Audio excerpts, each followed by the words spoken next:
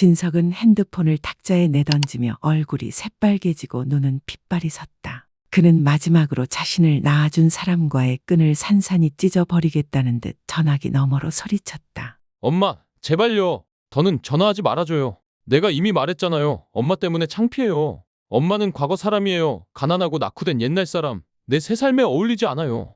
전화기 너머에는 고요함만이 흘렀다. 하지만 그 침묵은 오히려 진석을 더 미치게 했다. 그는 목소리를 높여 계속했다. 제가 곧 결혼해요. 그 집에서는 채소 파는 엄마.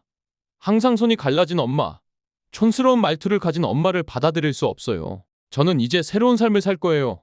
엄마 이해돼요? 제 앞에 나타나지 마세요. 제 앞에서 체면 구기게 하지 마세요. 그리고 마지막 한마디를 내리꽂았다. 목소리는 싸늘하고 등골이 서늘할 정도였다. 우리 결혼식에 오지 마세요. 제발요. 제 인생에서 사라져 주세요. 전화가 단절되며 찰컥 소리가 냉정하게 울렸다. 낡은 하숙방에서 선자 순자 씨는 전화기를 쥔 채 고요 속에 앉아 있었다. 멍한 눈으로 앞 공기를 응시했지만 한숨 하나, 눈물 한 방울도 없었다. 다만 가냘픈 두 어깨가 떨렸다. 옆에는 선물로 준비했던 김치 작은 항아리와 나무젓가락 한 켤레가 바닥에 툭 떨어졌다. 한 달을 고민하며 결혼식 날 아들에게 직접 전해주고 싶었던 선물이었다. 그녀는 떨리는 목소리로 자신에게만 서곤거렸다. 그저 아들에게 작은 선물 하나 주고 싶었을 뿐인데 아들이 좋아할 줄 알았는데 엄마는 큰 걸 바라지 않았어. 먼 발치에서나마 아들이 결혼식장에 서는 모습을 보기만 해도 됐었는데.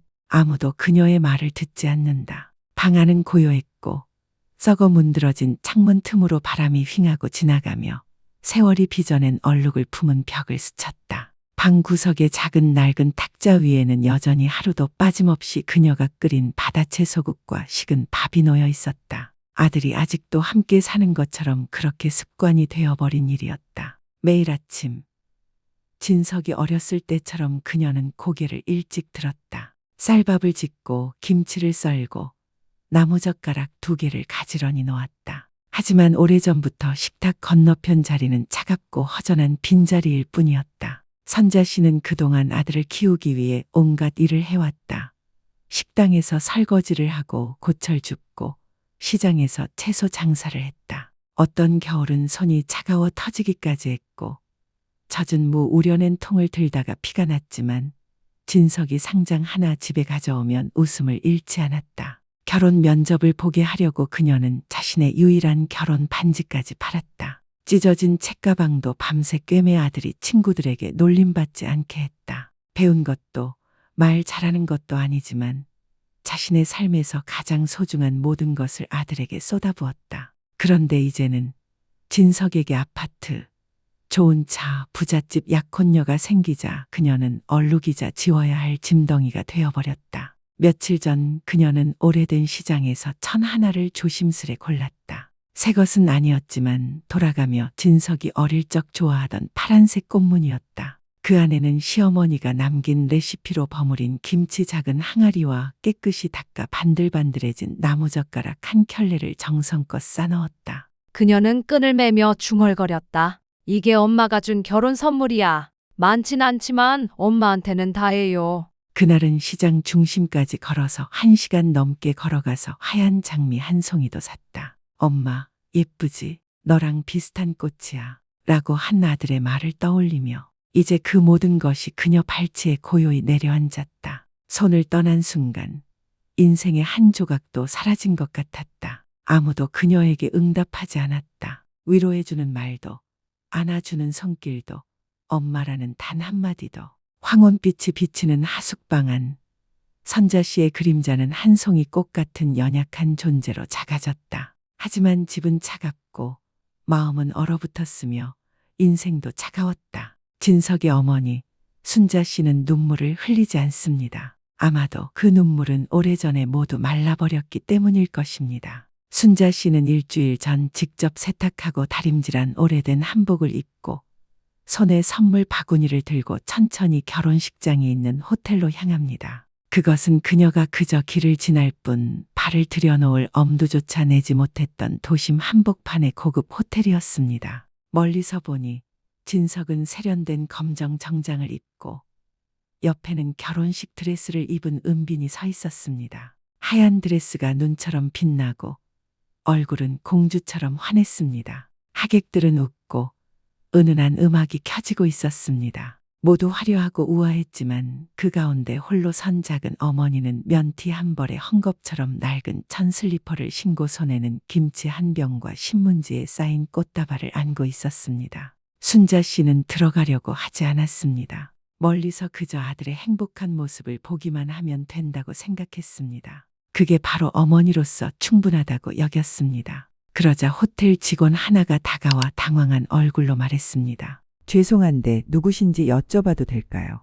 순자 씨는 다정하게 웃으며 답했습니다. 저는 신랑의 어머니입니다. 안에 들어가진 않을 거예요. 밖에서만 보고 갈래요. 직원은 얼굴이 창백해지며 어쩔 줄 몰라하며 네, 관리자에게 여쭤보고 올게요. 몇 분 후 은빈이 나타났습니다. 그녀는 몇 명의 친구들과 함께 황급히 다가와 얼굴은 얼음처럼 차가웠습니다. 순자 씨는 급히 고개 숙여 인사했습니다. 안녕하세요. 신부님, 어머니가 작은 선물을 가져왔습니다. 방해되지 않을게요. 밖에 잠깐만 서 있을게요. 은빈은 어머니의 손에 든 선물 바구니를 보며 비웃듯 말했습니다. 이게 결혼 선물이요? 김치요? 나무젓가락? 장터에서 싸게 산 거예요? 주변 사람들이 웅성거리기 시작하고 누군가는 작게 웃음을 터뜨리며 사진을 찍었고 어떤 사람은 폰으로 촬영까지 했습니다. 순자 씨의 얼굴이 벌겋게 달아올랐습니다.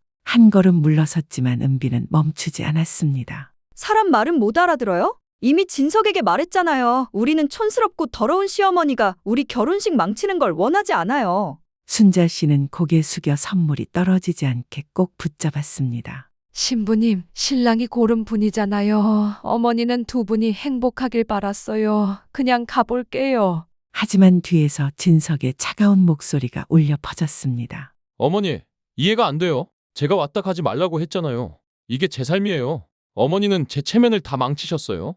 순자 씨는 아들을 올려다봤습니다. 열이 펄펄 난 밤마다 안아주던 아이, 가난했던 시절 반으로 나눠 먹던 밥을 같이 먹던 아들이 이제는 완전히 다른 사람처럼 느껴졌습니다. 죄송해요. 그냥 아들 모습 조금만 보고 가려고 했을 뿐이에요. 진석은 대답하지 않고 등을 돌려 안으로 들어갔습니다. 은비는 관중들 앞에서 냉소 섞인 미소를 지으며 크게 외쳤습니다. 누가 이분 좀 데리고 좀 나가주세요. 제 결혼식에 김치 냄새 나는 건 바라지 않아요.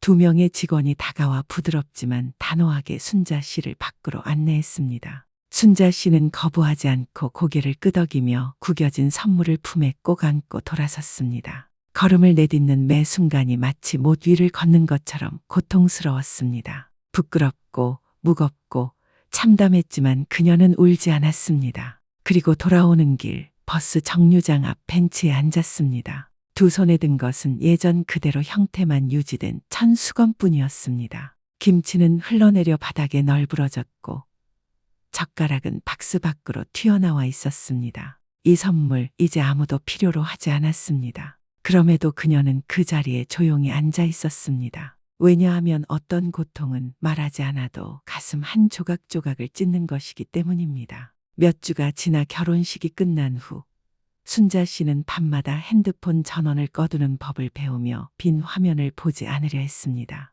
그러던 어느 날 진석이 갑자기 그녀의 하숙집 앞으로 찾아왔습니다. 낡은 함석 지붕이 덮인 골목 끝 문에는 초인종도 없고 목재문을 가볍게 두드리는 소리만이 울렸습니다. 순자 씨는 문을 열었고 눈은 아직 덜 깬 듯했지만 놀란 표정으로 말했습니다. 아들, 진석이 왔구나. 정말 왔네. 목소리에 떨리는 기쁨이 어느새 맺혔고 눈가엔 반짝임이 스며들었습니다. 손이 떨리며 문을 활짝 열었고 자신도 모르게 아들을 집 안으로 끌어들였습니다. 어머나, 왜 전화도 없이 와? 바다 채소국 끓여줄게. 전에 말리고 남은 말은 멸치도 조금 놔뒀어.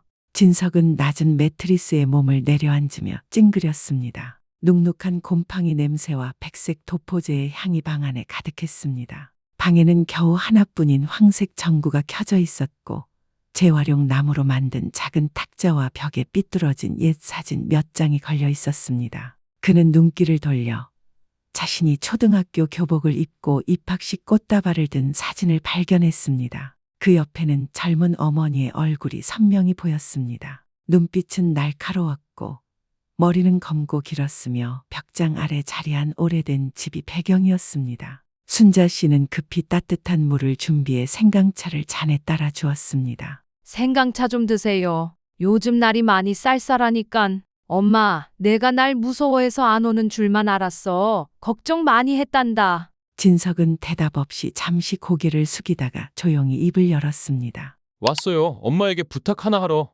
짧은 한마디에 순자 씨는 그제야 잠시 숨을 멈추었습니다. 뭐든 말해요. 엄마가 도울 수만 있다면. 그는 천천히 가방에서 서류 뭉치를 꺼내 탁자 위에 올렸습니다. 서류에는 양평에 있는 토지 도면이 있었습니다. 진석의 아버지가 살아있을 때 가족이 살았던 바로 그 집 터였죠. 산 아래 집 기억나세요? 아버지가 이름을 올리고 나중에 어머니에게 이전해 주셨던 그 집이요.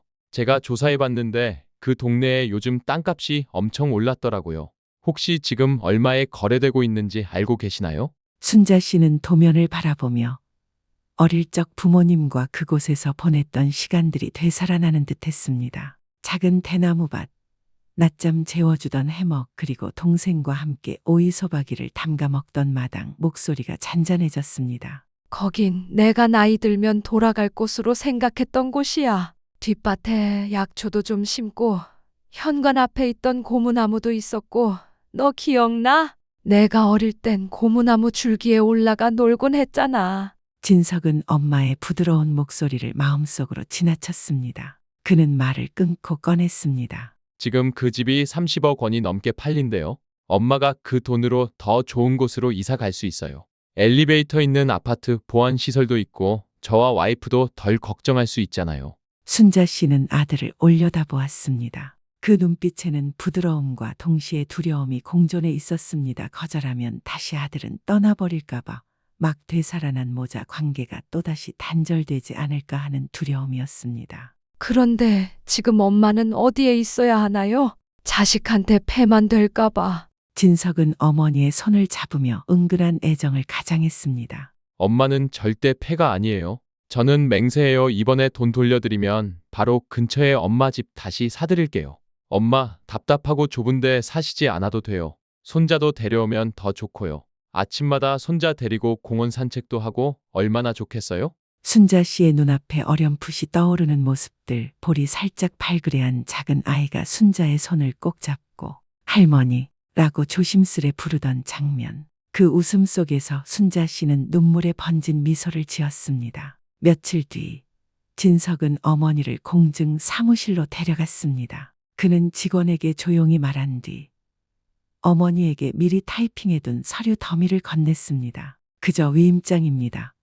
어머니, 이 서류는 은행 수속 편하시라고 하는 거예요. 변호사도 증인도 없이 법에 무지한 늙은 어머니는 단 한 가지 믿음으로 서명했습니다. 우리 아들이 절대 나를 속이지 않을 거야. 그로부터 2주 후 진석의 전화는 더 이상 연결되지 않았고 문자에도 답이 없었습니다. 공동 계좌엔 어머니 이름이 사라졌고 예금액도 0원이었습니다. 순자 씨는 은행에 갔습니다. 직원은 말했습니다. 위임장으로 아드님께서 전부 본인 명의로 이전하셨고 모두 인출하셨습니다. 순자 씨는 믿을 수 없었습니다. 그는 아들의 강남 집 주소로 찾아가 보았습니다. 고급 아파트, 정장 차림의 경비원들 사이에서 죄송합니다. 그 가정은 3일 전에 이사 갔어요. 주소도 남기지 않으셨습니다. 그는 양평으로 갔습니다. 한때 가족이 살던 집 터였습니다. 철문은 굳게 잠기고 문에는 공사 중 고급 빌라 단지 예정이라는 팻말이 걸려 있었습니다. 익숙하던 고무나무도 사라지고 약초밭도 옛날 그 웃음 가득한 집도 이제는 텅 빈 흙바닥이었습니다. 순자 씨는 그 자리에 서서 은빛 머리칼 사이로 바람을 맞았습니다. 지나가던 주민이 다정히 물었습니다. 뭘 찾으세요? 순자 씨는 속삭이듯 대답했습니다. 여기 저 예전에 살았던 곳이에요. 양평에서 돌아온 뒤 순자 씨는 한마디도 하지 않게 되었습니다. 하숙방은 더욱 냉기를 띠었고 봄이 와도 그 안은 여전히 차갑기만 했습니다. 매일 아침 차를 우리고 2개의 젓가락을 식탁에 놓는 습관은 변함없었지만 이제는 밥그릇 하나만 놓여 있을 뿐 마주할 사람은 없었습니다. 더 이상 전화도 찾는 것도 원망하지도 않았습니다. 마치 그림자처럼 조용히 살고 있었습니다. 그 그림자는 누구에게나 있지만 아무도 주목하지 않는 존재였습니다. 어느 오후 해가 막 저문 즈음 시장에서 마지막 채소 바구니를 팔고 돌아오던 길, 순자 씨는 동네 가게에서 요거트 한 통을 사기 위해 자그마한 잔돈을 챙겼습니다. 그것은 진석이 예전 좋아했던 것이었습니다. 집에 가는 길목, 몇백 미터 남은 횡단보도를 건너던 순간 느닷없이 차선 변경하던 오토바이가 브레이크도 못 밟고 돌진해 왔습니다. 귀를 찢는 브레이크 소리와 눈부신 전조등, 섬광, 그리고 모든 것이 캄캄해졌습니다. 다시 깨어난 곳은 새하얀 천장, 팔다리는 얼어붙은 듯 굳었고 목은 움직일 수 없었습니다. 온몸은 부서질 듯 욱신거렸습니다. 의사의 목소리가 희미하게 들려왔습니다. 골반 골절, 척추 손상, 장기적 운동 제한 가능성. 간호사 한 명이 속삭였습니다. 이분은 보호자 없이 오셨어요. 긴급 연락처로 지정된 아드님 번호로 연락했지만 받지 않으시네요. 병원은 보험서에 적힌 유일한 연락처 진석에게 연락을 시도했지만 받지 않았습니다. 저쪽에서 돌아온 한마디는 차갑고 냉혹했습니다. 저는 어머니가 없습니다. 다시는 전화하지 마세요. 그리고 끝이었습니다. 아무도 오지 않았습니다. 아무도 간병 동의서에 사인하지 않았습니다. 병원비도 그 누구도 책임지지 않았습니다. 순자 씨는 결국 노약자 병동으로 옮겨졌습니다. 4인 병실이었다가 소독약 냄새로 가득했고 몸 일부는 감각이 없었습니다. 처음 며칠은 혼자 식사도 못하고 앉지도 못하며 간호사에게 기저귀와 보살핌이 필요했습니다. 그는 침묵했고 불평도 원망도 없이 아들의 이름을 부르지도 않았습니다. 단 한 번 옆 침대 환자의 딸이 찾아와 닭죽을 사서 정성스레 머리에 차가운 수건을 얹어주는 걸 봤을 때 그의 눈에 슬쩍 눈물이 맺혔습니다. 밤이 되면 간호사들은 불을 끄고 병실엔 고요만 가득했습니다. 순자 씨는 숨조차 죽이며 숨을 쉬었습니다. 마치 몸을 갉아먹는 고통을 깨우지 않으려는 듯이요. 머릿속엔 아직도 진석의 목소리가 맴돌았습니다. 내 삶에서 사라져줘. 그럼에도 그는 살아남았습니다. 왜냐하면 그는 죽을 수 없었으니까요. 갚아야 할 채무가 남아 있었기 때문입니다. 그 채무는 아들에게가 아니라 어머니의 마음을 향한 것이었습니다. 사랑하느라 겪었던 사랑받지 못한 채 없는 채무 말입니다. 수술 후 처음 몇 주간 순자 씨는 거의 움직이지 못했습니다. 몸을 겨우 돌리는 것도 등을 관통하는 고통이었고 일어나려면 2명의 간호사와 단단한 허리 보호대가 필요했습니다. 어느 밤이면 그는 빛바랜 천장을 멍하니 바라보다가 점적되는 수액기의 뚝뚝 소리를 들으며 시간만 흘러가는 듯 느꼈습니다. 그러나 그는 더는 눈물을 흘리지 않았습니다. 아들에게 지워야 할 얼룩이라는 말을 들은 이후 이미 눈물은 다 말라버렸으니까요. 그리고 1주, 2주가 지나자 그는 스스로 조금씩 몸을 일으키기 시작했습니다. 처음엔 5분, 다음엔 10분. 오른손엔 침대 손잡이를 움켜쥘 힘이 있었습니다. 그 손은 30년 동안 장사를 하고 설거지하던 손이었지만 이제는 다시 삶을 지탱하는 손이 되었습니다. 그는 보조틀에 의지해 걷기 시작했습니다. 한 걸음 한 걸음은 시험이었지만 또한 조용한 외침이기도 했습니다. 나는 쓰러지지 않는다. 내가 강해서가 아니라 기대고 의지할 곳이 없기 때문이다. 간호사들은 그의 회복을 경이로워했습니다. 혈육도, 친척도, 방문객도 없이 불평 한마디 없이 그저 한 걸음씩 돌아가는 책임감 같은 존재였습니다. 어느 날 혈압을 재던 젊은 간호사가 목이 메어 물었습니다. 할머니, 만약 지금 아드님이 와서 죄송합니다 하고 안아주시면 용서하실 수 있나요? 순자 씨는 창문에 스며드는 햇살을 바라보며 조용히 미소 지었습니다. 내가 살아있을 때 아들이 나를 필요로 하지 않았다면 내가 그가 죽을 때 그를 필요로 하겠어요. 3달이 흘러 그는 병원을 퇴원했습니다. 병원은 요양원 입소를 권했지만 그는 거절했습니다. 보험금 남은 돈으로 옛날 시장 근처 작은 방 하나를 구했습니다. 그곳은 한때 장사하던 터전이었습니다. 몇몇 옛 채소 장수 친구들이 이사 도와주고 이불이며 냄비를 챙겨주었습니다. 많지는 않았지만 따뜻했습니다. 순자 씨는 그곳에서 가볍게 장부 정리를 도왔습니다. 장사 일도 힘들면 안 되니까요. 매일 주문을 기록하고 결제하고 정산하는 일을 했습니다. 손이 떨리고 눈이 흐렸지만 머리는 여전히 맑았습니다. 매달 조금씩 모은 돈으로 책을 사고 타자 치는 법을 배우고 법적 서류 작성도 익혔습니다. 그는 말했습니다. 다시는 내가 이해하지 못하고 서명하는 그런 문서를 두고 싶지 않아. 순자 씨의 눈앞에 어렴풋이 떠오르는 장면들, 볼이 살짝 발그레한 어린 아이가 그녀의 손을 꼭 잡고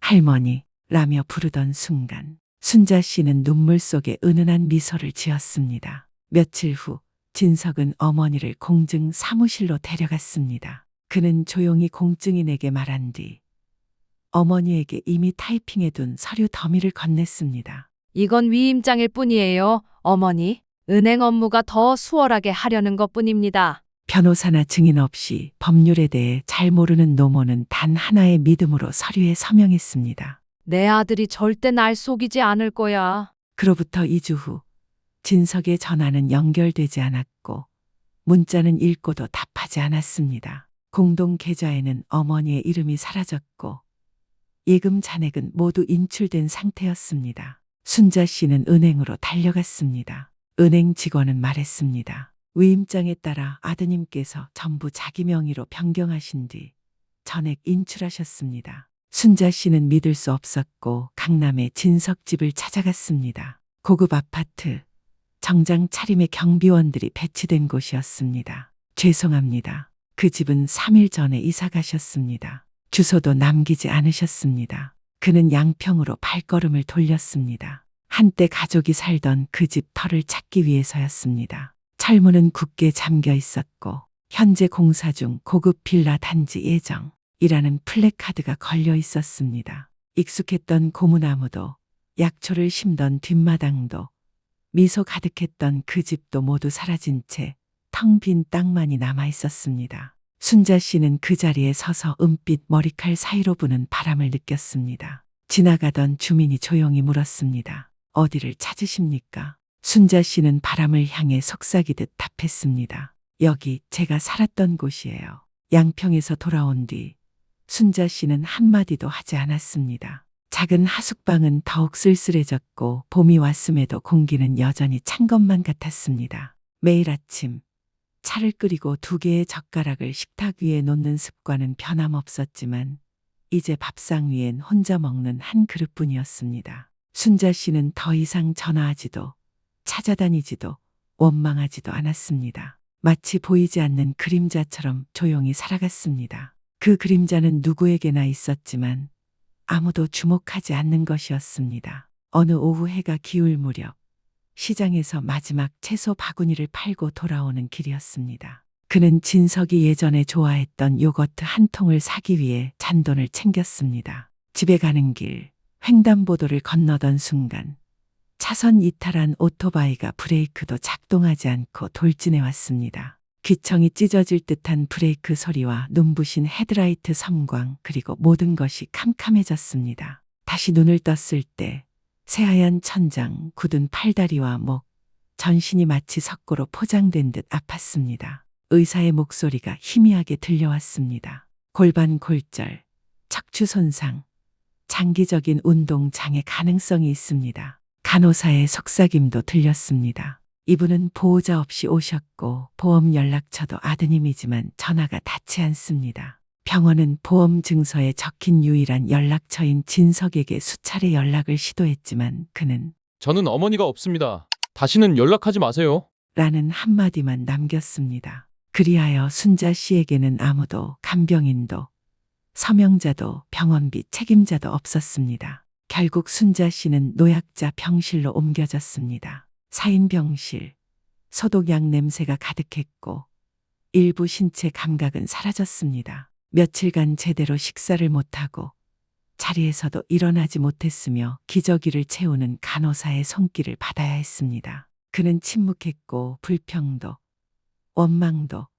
아들의 이름을 부르지도 않았습니다. 단 한 번 옆 침대에 누워있던 환자의 딸이 닭죽을 사와 정성스럽게 이마에 차가운 수건을 얹어주는 것을 본 순간 순자 씨의 눈가에 슬쩍 눈물이 맺혔습니다. 밤이 되면 간호사들이 불을 끄고 조용한 병실이 되었습니다. 순자 씨는 숨조차 살며시 쉬며 아픈 몸을 깨우지 않으려 노력했습니다. 머릿속엔 아직도 은근히 되뇌는 그 말이 떠올랐습니다. 내 삶에서 사라져줘. 그럼에도 그는 살아남았습니다. 왜냐하면 그는 아직 죽을 수 없었기에요. 반드시 갚아야 할 빚이 남아 있었기 때문입니다. 그 빚은 아들에게가 아니라 그녀의 어머니로서의 마음에 대한 것이었습니다. 받지도 못한 사랑에 대한 채무였습니다. 수술 후 첫 몇 주 동안 순자 씨는 거의 움직이지 못했습니다. 몸을 돌리는 것도 등이 관통하는 듯한 통증이었고 일어서려면 2명의 간호사와 단단한 허리 벨트가 필요했습니다.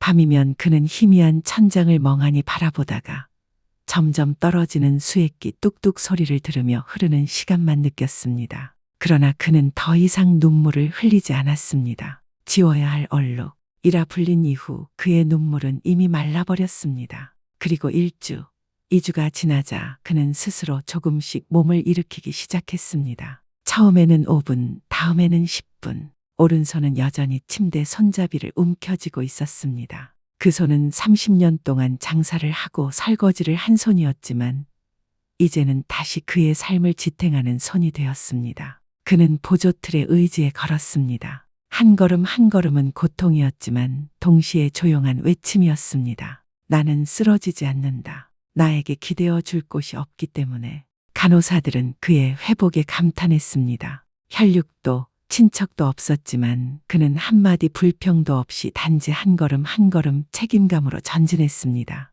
어느 날 혈압을 재는 젊은 간호사가 목이 메어 물었습니다. 할머니, 만약 지금 아드님이 와서 죄송합니다 하고 안아주신다면 용서하실 수 있겠어요? 순자 씨는 창문 너머 햇살을 바라보며 조용히 미소 지었습니다. 내가 살아있을 때 아들이 날 필요로 하지 않았다면 내가 그가 죽을 때 그를 필요로 하겠어요. 3달이 지나 그는 병원을 퇴원했습니다. 요양원 입소 권유도 거절하고 보험금으로 옛 시장 근처 작은 방을 구했습니다. 한때 장사하던 그 자리였습니다. 몇몇 옛 채소 장수 친구들이 이사 도와주고 이불과 냄비를 챙겨주었습니다. 많지는 않았지만 따뜻했습니다. 순자 씨는 가볍게 장부 정리를 도우며 다시 일상을 이어갔습니다. 매일 주문을 기록하고 정산하며 계산도 했습니다. 손은 떨리고 시력도 흐려졌지만 마음은 여전히 맑았습니다. 매달 조금씩 모은 돈으로 책을 사고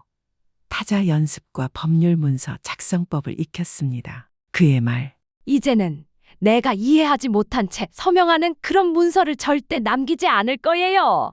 이 이야기를 끝까지 시청해 주셔서 진심으로 감사드립니다. 만약 이 작품이 여러분의 마음에 닿았다면 저희 채널을 구독해 주세요. 앞으로도 가족애와 인생의 소중한 교훈이 담긴 진심 어린 이야기들로 여러분과 함께 하겠습니다. 이 영상을 가족, 친구들과 함께 나눠주세요. 함께 보면 더 깊이 느낄 수 있는 이야기들이 있습니다. 또 마음에 남은 생각이나 감동이 있으시다면 댓글로 남겨주세요. 여러분의 한마디 한마디가 저희에게는 가장 큰 힘이 됩니다. 진심으로 감사드립니다.